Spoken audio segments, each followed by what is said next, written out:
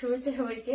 আশা করি সবাই ভালো আছেন। তো আজকে একটু কথা বলবো রূপান্তর নাটকটা নিয়ে। আসলে রূপান্তর নামে যে কোনো নাটক তৈরি হয়েছে সেটা আমার জানা ছিল না, কিন্তু মানুষের লেখালেখির মাধ্যমে সেই জিনিসটা চোখের সামনে আসছে। তো একটু কৌতূহল নিয়ে রূপান্তর নাটকটা দেখলাম এবং দেখার পর মনে হলো যে আসলে আহ এই ধরনের একটা সাহসী নাটক, এইটা এই ধরনের নাটক দেখার পর আসলে একটা শ্রেণীর মানুষের মধ্যে এক ধরনের আহ, মিশ্র প্রতিক্রিয়া শুরু হবে। তার কারণ হচ্ছে গিয়ে তারা আসলে চায় না। কিছুদিন আগে আপনারা সবাই জানেন যে আসিফ মাহতাব ব্র্যাক বিশ্ববিদ্যালয়কে নিয়ে বা বিভিন্ন জিনিস, বই ছেঁড়া, শরীফ শরীফা গল্প, এই যে ঘটনাগুলা ট্রান্সজেন্ডার রিলেটেড বা রূপান্তর রিলেটেড, এই যে ঘটনাগুলা চোখের সামনে নিয়ে আসছে।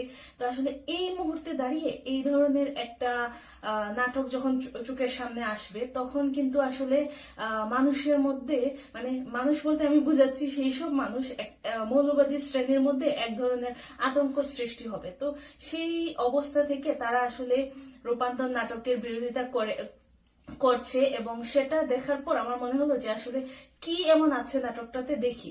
তো নাটকটা দেখলাম এবং আজকে নাটকটা দেখার পর খুব ভালো লাগলো যে এই ধরনের একটা সাহসী পদক্ষেপ জোবান নিয়েছে এবং পাশাপাশি তার পরিচালক সহ সবাই, এই নাটকের সাথে যারাই জড়িত ছিলেন সবাইকে অসংখ্য ধন্যবাদ। এবং আমার মনে হয় যে এই নাটকটা আসলে না সরিয়ে, এটা ইউটিউব থেকে বা বিভিন্ন জায়গা থেকে সরানো হয়েছে, তো আমার মনে হয় যে এই নাটকটা না সরিয়ে এই ধরনের নাটক আরো বেশি বেশি করে তৈরি করা উচিত। এবং একটা জিনিস লক্ষ্য করবেন যে এই মৌলবাদীদের চাপে পড়ে হোক বা যে কোনো মাধ্যমে হোক নাটকটা কিন্তু সরানো হয়েছে, কিন্তু আসলে এই নাটক বা এই ধরনের নাটক আজকে না, আরো অনেক আগে থেকে বানানো উচিত ছিল। তার কারণটা হচ্ছে গিয়ে যারা রূপান্তরকামী বলি বা যারা ট্রান্সজেন্ডার বা যারাই আছেন বা বৈচিত্র্যময় লিঙ্গের অধিকারী যারাই আছেন, ওনারাই কিন্তু আমাদের সমাজের একটা অংশ। সো সাধারণ মানুষকে নিয়ে যেভাবে নাটক করা হচ্ছে বা বিভিন্ন ধরনের সিনেমা তৈরি করা হচ্ছে, তাদেরকে নিয়ে করলে সমস্যাটা কি? তারাও তো মানুষ, তাই না? তো এই বিষয়টা নিয়ে যারা চিন্তা করেছেন নাটক করার, তাদেরকে ধন্যবাদ। এবং আমার মনে হয় যে আপনারা আসলে সেটা নিয়ে ভয় না পেয়ে, কারা কি বললো সেটা নিয়ে ভয় না পেয়ে এই ধরনের আরো বেশি নাটক বানানো উচিত। এবং আমার অবস্থান থেকে আমি আপনাদের পাশে আছি।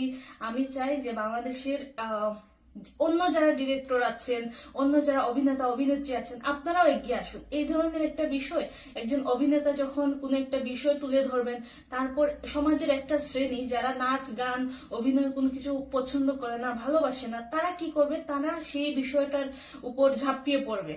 তো যারা আর্ট পছন্দ করে না, সংস্কৃতি পছন্দ করে না, তারা কিন্তু এই বিষয়টা নিয়ে ঝাঁপিয়ে পড়বে।